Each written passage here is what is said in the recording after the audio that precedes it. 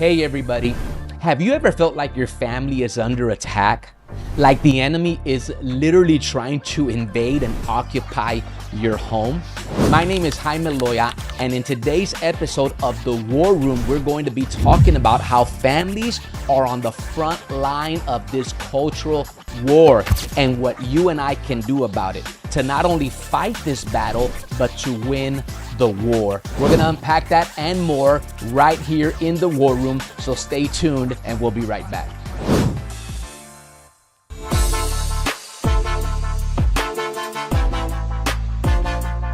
Let the revolution begin. Welcome to the War Room with Jaime Loya.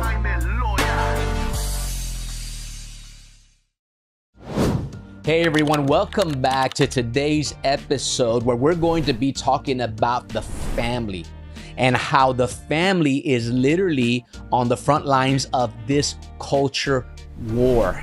If you haven't done so already, make sure to like, subscribe, and follow for more.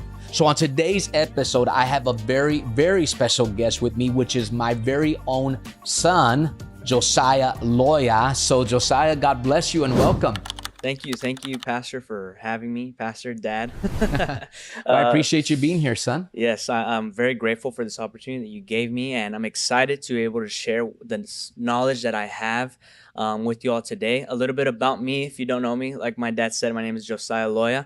I'm currently 22. I'm also getting my degree in business, and I'll be graduating this fall. And I'm currently a leader here at the church, and I oversee our cafe ministries.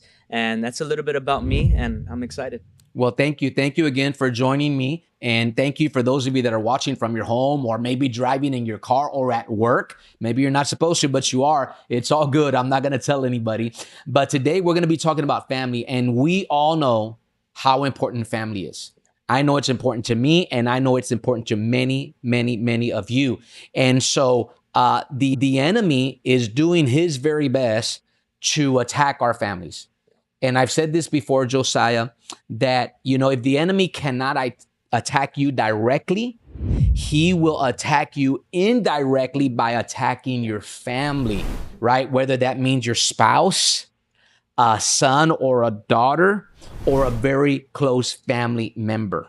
And so today we want to talk about, for those who are watching and those who are listening, what we can do to what I call combat the attack, right? Because the enemy wants to take us out by any means necessary.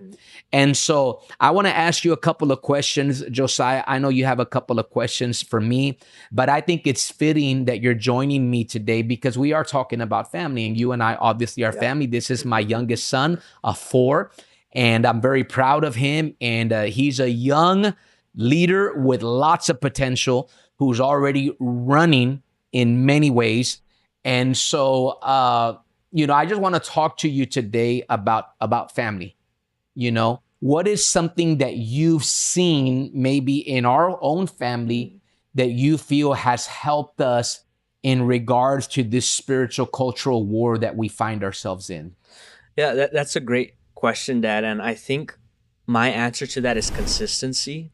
Something that we've done in our personal family is family dinners every Monday, and just having the opportunity to give to our family, to come together consistently.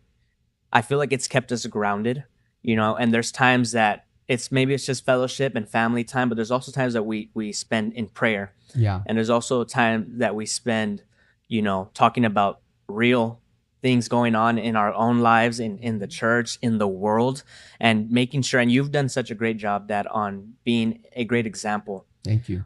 For the family on how to stay grounded, especially, that we're talking about this cultural war. There's a lot of things that are going on in today's world. And you've always made sure that our minds are at peace and that we're being equipped with the knowledge to be able to fight and combat the lies of the enemy that is being spread all around the world. Well, thank you, Josiah. I mean, you said a lot, right, in just a little bit of time. One of the key words that you said right now was consistency, and how important is that? And I don't know if enough people understand the importance and the power of consistency. Consistency in financial terms is like compound interest. Yeah. It compounds over time. And a lot of us, we want to do things one time and see instant results. We go to the gym and we want to lose 5 pounds. We fast for a day and we want to see a major breakthrough. We give a special offering and we expect this enormous harvest.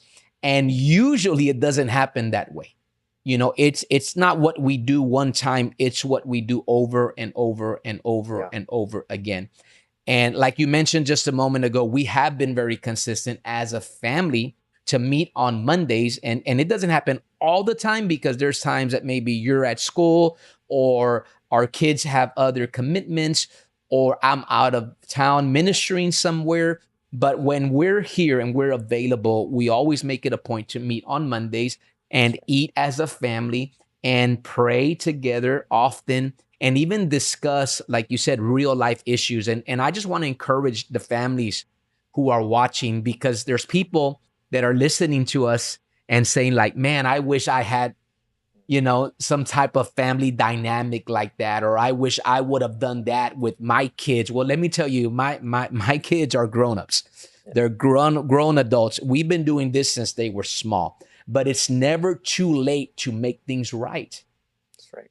And that's what a lot of people, Josiah, kind of miss, when it comes to their family. They feel like, well, I missed out on their childhood because we were working too much.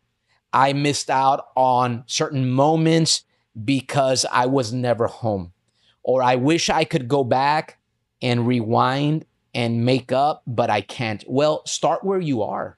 Start now.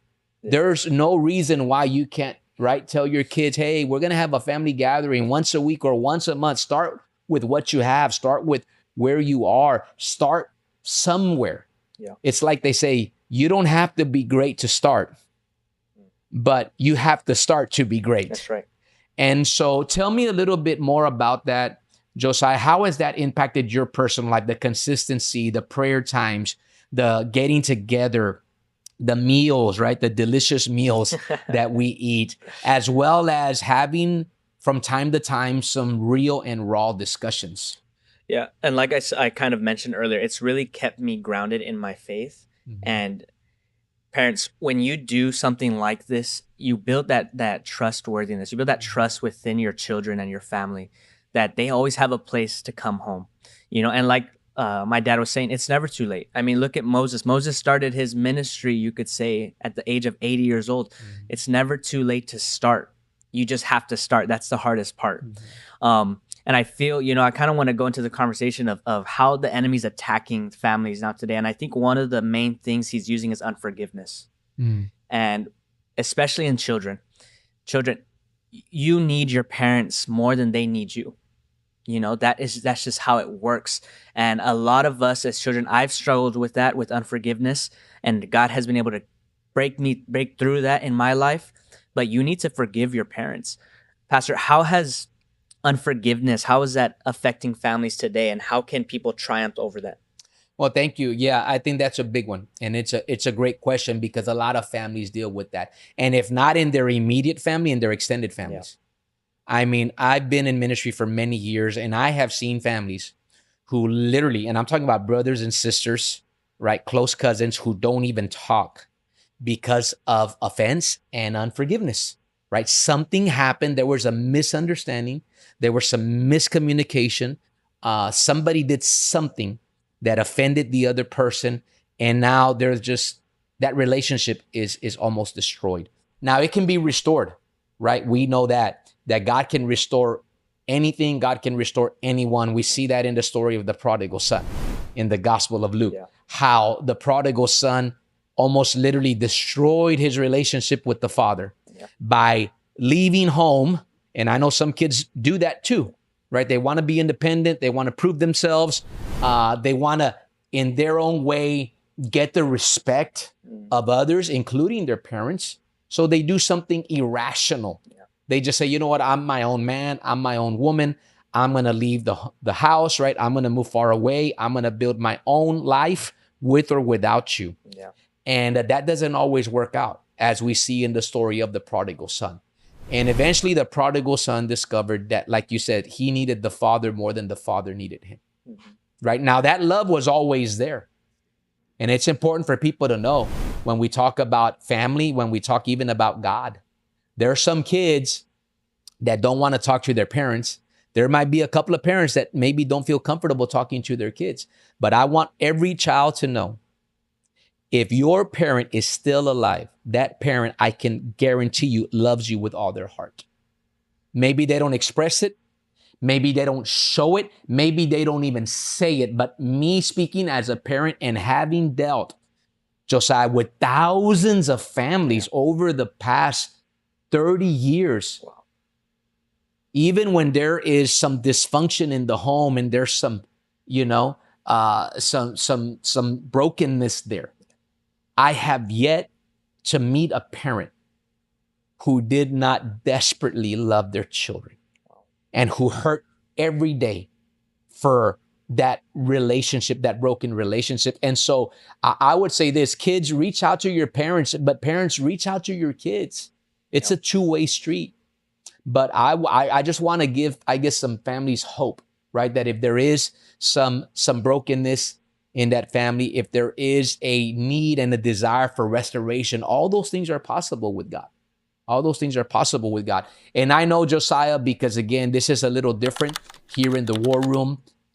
You're my son. You also happen to be a leader in the ministry. And so that's a different dynamic that you and I have to navigate, because sometimes I'm talking to you like my son. Yeah. And then sometimes I'm talking to you as a leader. Yeah. Now, let me just say this really quick for the record. He's a grown man. And so I have to, and this has to happen in the mind of every parent, is you have to accept when your kids are growing up. I can't see him as a child anymore. I can't treat him as a child.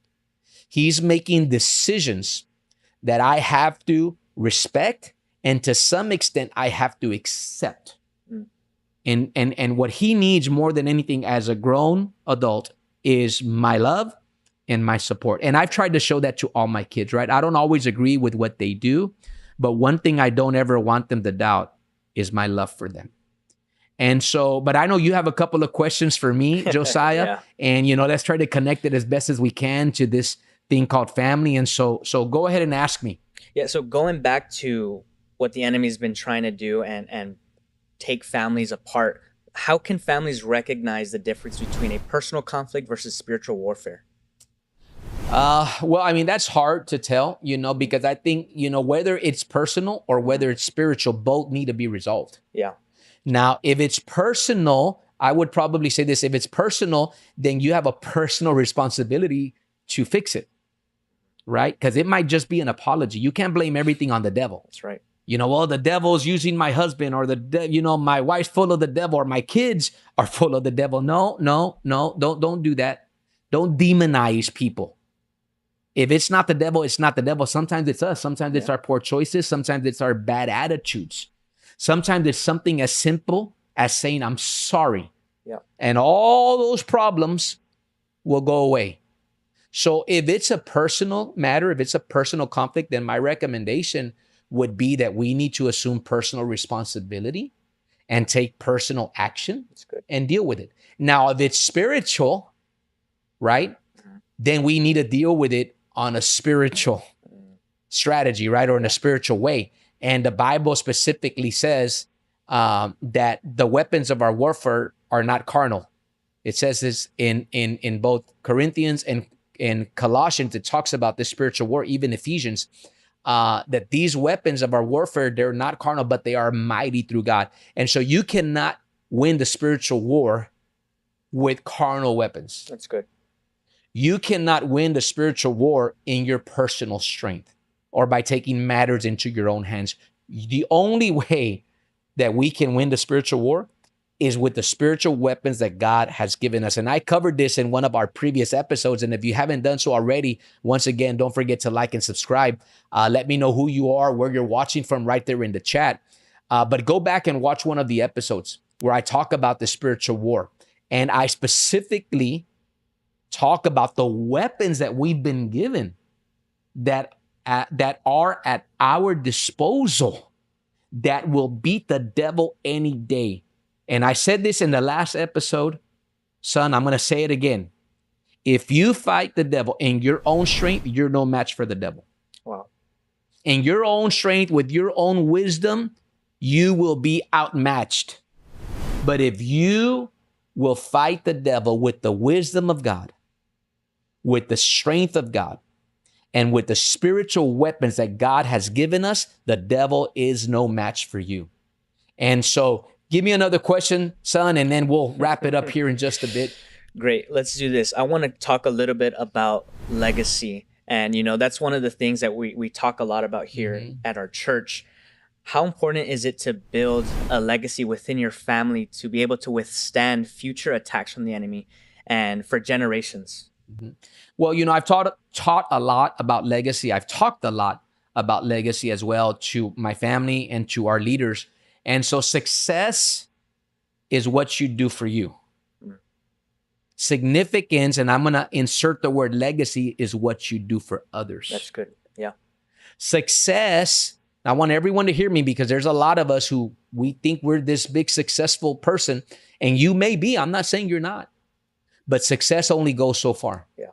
Success is how we live, and I want you to catch this. Legacy is what we leave. That's good. Yeah. And so there's a lot of people who are working hard to provide for their families, to be successful in the moment, but they're not working on leaving a legacy. And to leave a legacy, Josiah, it all has to do with being an example, with really investing in the things and in the people that matter. Because at the end of our life, you can have a lot of things and that's not going to matter. The book of Luke, the Gospel of Luke in the Bible specifically says that a man's life does not consist in the abundance of the things that he possesses. You can have all these things, but if your kids are not at your bedside when the Lord calls you home, if your funeral is empty because you literally had no friends and no family members, what good is all the stuff that you accumulated? What good is all the success that you had if you failed in your family? And so, yeah, Josiah, leaving a legacy is important to me, and it should be important to everybody. Yeah. Because that's what people are going to say once you're gone. And so, reputation is what people say about us now, and legacy is what people will say once we're gone. And so, but let's do this, Josiah. Let's switch it up a little bit. I know that our viewers, you guys are eating this up. I can tell. I can feel virtue coming out of this set and out of this studio right there into your home, into your living room, at work. And I hope you're enjoying it. If you are, let us know in the chat. Once again, don't forget to like, follow, and subscribe for more. Ring the notification bell so that you don't miss not one episode. And make sure that you share this with a family member or friend. But Josiah, let's do this.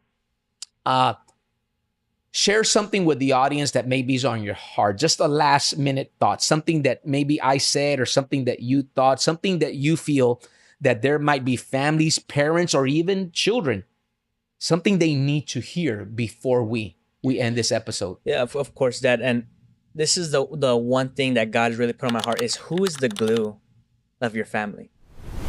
It shouldn't be a person. It should be God. And I really feel that God has been the glue of our family through deaths, through hardships. We have been able to withstand the attacks of the enemy because God being our glue. Mm-hmm. It can take a grandmother, it can take a mother to pass away, and the whole family just disperses. No one talks to anybody anymore. There's unforgiveness.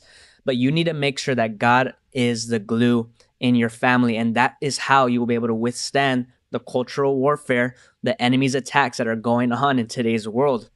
Also want to encourage you with this. If you're watching, whether you're a brother, a sister, a son, daughter, a spouse, a parent, pray for your family. Mm-hmm.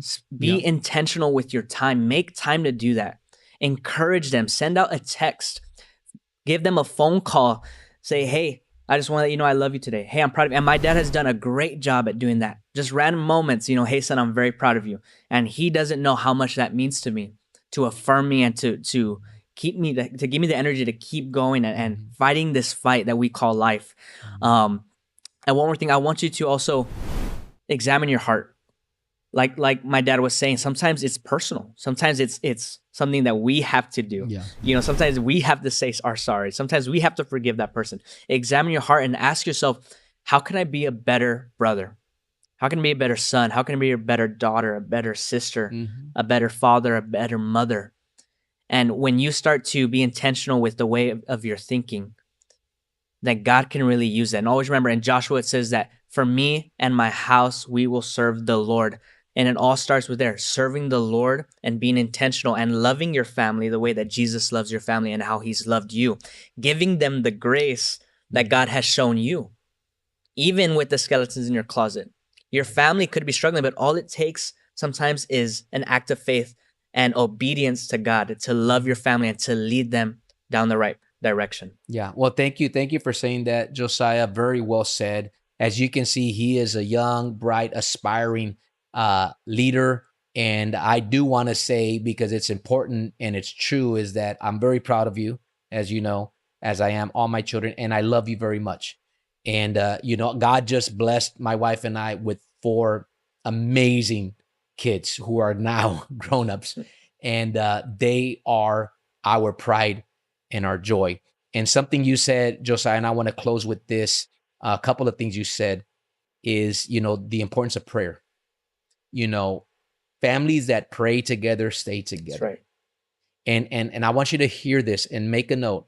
Don't just pray for each other. Pray together. Wow. Husbands, pray with your wife, not just for your wife. It's good. It's a totally different dynamic, and it has a totally different effect when your wife hears you speaking words of affirmation, blessing her, asking God on her behalf. The same thing with your kids. It's one thing to pray for your kids. It's another thing completely different when you pray with your kids. When your kids hear your voice as a parent, speaking blessing over their life, asking God to watch over them. I'm telling you, the anointing, the oil that comes over their life, they feel spiritually covered. Yeah. It's one thing, again, to say, hey, mijo, I'm praying for you. Hey, baby, I love you, prayed for you. But when you pray with them, it's a totally different impact. And I would encourage you, and I know it's a little awkward. I know it's not easy, but do it anyway. Like we said earlier, we are in a war. And our family is on the front line. And the only way that you and I are going to win that war is if we do something. And prayer is a big part of it. That's right. And I want to say this to all the parents that are watching. Share this with your son or daughter, okay? Because I think it's important for them to see. Now, they're going to expect something from you as a result of this episode, right? Because they're going to say like, okay, Dad, why'd you send me this for? Hey, Mom, what do you mean by this? But I think this is going to help heal. Yeah. I'm hoping this episode will help bring families together. Again, we're talking, we're being raw, we're being real right here in the war room, because that's what this show is all about, is about giving you the raw and the real. But I want to end with this thought. Parents, don't wait for your kids to look for you. Look for your kids. Don't wait for your kids to say, I love you. You say, I love you first. Parents, we are the example for our children. And our children and grandchildren are one day going to follow that example and follow in our footsteps. So we want to make sure that we leave a great example for them to follow. Leaving an inheritance, son, is not just about leaving money and properties and, leaving an inheritance is leaving an example. It's good. That is literally, according to the Bible, and I believe this with all my heart, it's the greatest inheritance that you can leave. And so, guys, I hope it blessed you. I want you to do me a favor. If you haven't done so already, put the name of your family in the comments and in the chat. Let me know who you are. Even if you just put your last name, right? Loya, Rodriguez, Johnson, Garcia, whoever you happen to be, just put your last name right there in the chat, or family, Hernandez, family, whatever it is, just put it right there in the chat. Because what we want to do is we want to pray for you. And I'm going to go back in the chat later on once this episode airs, and I'm going to make a personal commitment to pray for each and every person who is watching and every single person who put their family name in the chat. So don't forget to do that. Once again, make sure you like and subscribe. Thank you, Josiah, for joining me. And thank you all for making time to watch this special episode right here in the War Room. I hope that it was a blessing to your life. And until next time, may God bless you and your family.